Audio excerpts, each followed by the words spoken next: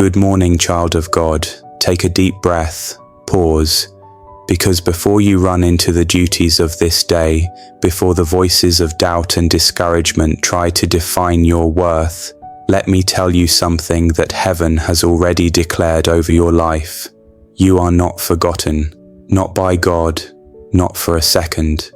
I know life can feel so loud, and your prayers feel like whispers fading into empty skies. You cry in your car, smile in public, fall asleep with questions, wake up with the same weight, and in all of it, the enemy whispers the same lie, that you are unseen, unheard, alone. But God's word says otherwise. Let me start with this. Psalm 139, verse 1 says, "You have searched me, Lord, and you know me." Pause. Read that again. You have searched me, Lord. That means God isn't casually glancing at your life. He's searching, like someone looking through a crowd, looking for you. Someone trying to find the one they love. And then it says, "And you know me." Not know about me, not aware of me, but know me, deeply, wholly, intimately. All the mess, all the beauty, all the dreams, all the failures, all the fears you don't say out loud. He knows, and he doesn't flinch. He doesn't walk away, he stays. Pause again. Let that fall into your spirit, because in the noise of life, people may miss you, overlook you, forget you, but God searches and finds you, not just on your good days, but in your broken, disappointed, overwhelmed days. There's a story I want to share, and I pray it lands on your heart the way it landed on mine. It's about a woman named Ruth, not the Ruth from the Bible, but a woman I met during a ministry event in Atlanta a few years ago. She sat quietly in the back row, her clothes simple, her eyes heavy. I spoke that night about how God meets us in the places we hide, and after service, she came up to me and simply said, "Do you really believe that?" I said yes, but I saw something deeper in her question, so I asked her, "What happened?" She told me she had spent the last 18 months in and out of shelters after leaving an abusive marriage. She had 2 kids, no job, and had just come from a courthouse that morning where she lost the custody battle. She looked at me with eyes full of quiet desperation and said, "I've prayed for nights and nights. Sometimes I whisper, sometimes I scream, but I don't think God sees me anymore. I think I've become invisible." There was a pause between us, one of those holy silences where you know God is close. And I said to her, "You are the very one Psalm 139 was written for." And I opened my Bible, turned to verse 7, and read aloud, "Where can I go from your spirit? Where can I flee from your presence?" She started to cry, and I kept going. "If I go up to the heavens, you are there. If I make my bed in the depths, you are there."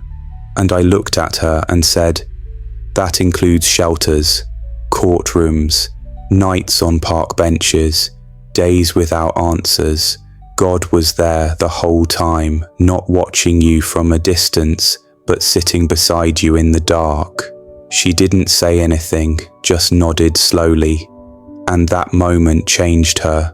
She started coming to a women's group, found steady housing, and eventually she told her story at a gathering of over 200 women. She said, "I thought I was forgotten, but I was just hidden, being prepared for something greater."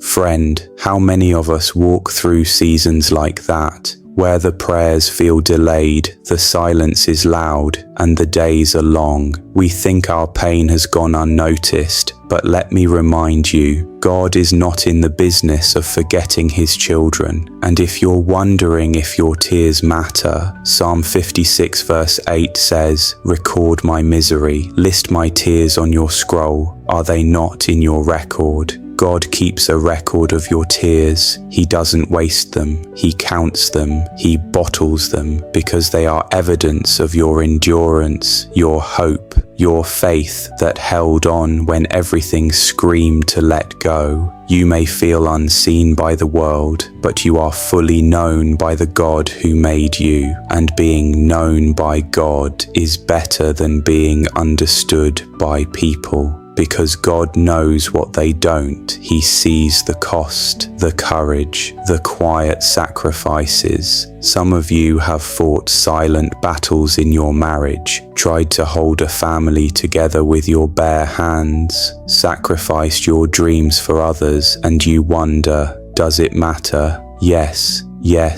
it matters, because God sees. He sees the mother who's trying to be strong while her heart breaks behind the scenes. He sees the father working 2 jobs, sacrificing rest to put food on the table. He sees the young woman trying to start over, battling anxiety alone. He sees the man who's been told he's not enough, still choosing integrity anyway. And every unseen moment, every hidden battle is not lost in the pages of your life. It's written into the heart of God. Now, allow me to pray for you in faith till the end.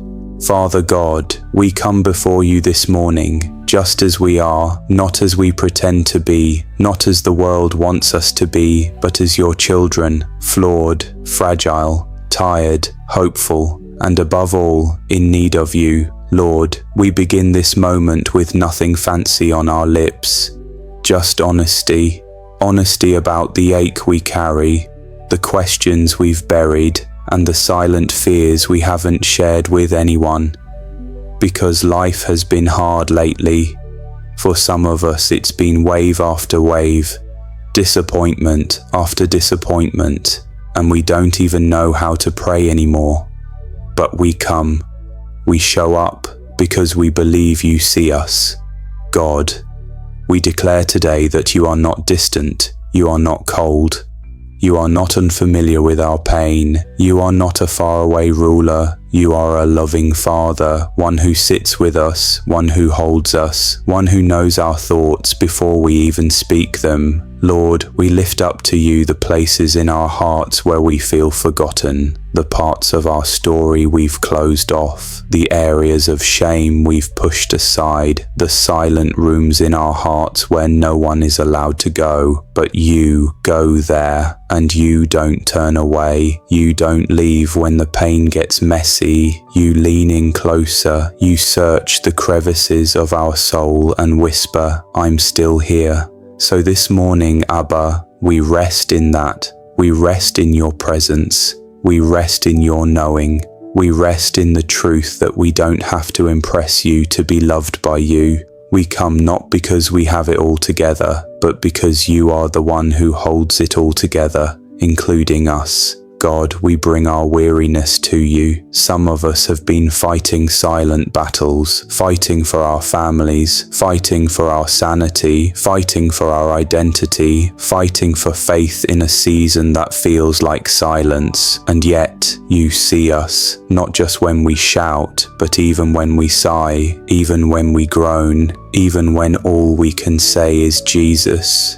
This morning we stand on your word. We stand on the promise of Isaiah 49:16. See, I have engraved you on the palms of my hands. Your walls are ever before me. O Lord, you have engraved us, not penciled, not written in erasable ink, but engraved. That means we can't be removed. We are carved into your hands. We are not forgotten. Even when we forget ourselves, even when others walk away, you do not.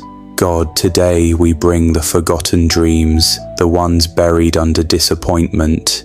We bring the empty places in our souls where we've stopped expecting good things. Resurrect them, Father. Speak life to dead hope.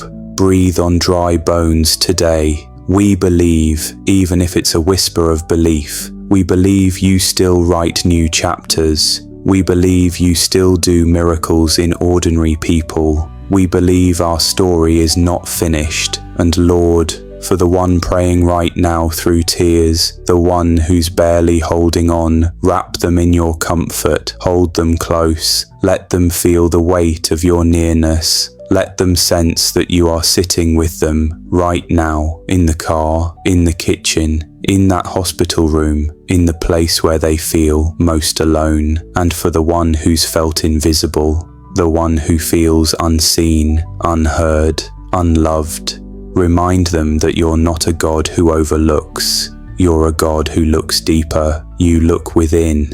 You saw Hagar in the desert, and she called you El Roi, the God who sees. You are still that God, still seeing, still reaching, still moving in the dark. Lord, we pray over every heart that's grown tired of waiting, tired of praying for the same breakthrough, tired of watching others celebrate while they feel left behind. We speak this word over them today from Galatians 6:9. Let us not become weary in doing good, for at the proper time we will reap a harvest if we do not give up.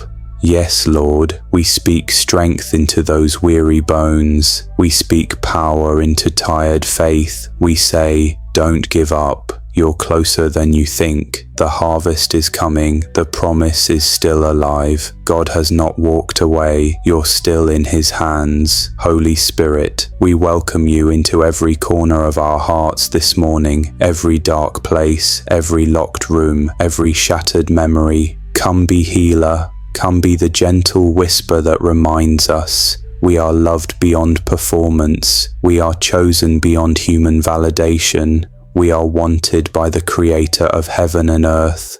Father, for those grieving today, those who've lost loved ones, lost time, lost relationships, wrap them in comfort only you can give. Thank you for healing we haven't seen yet.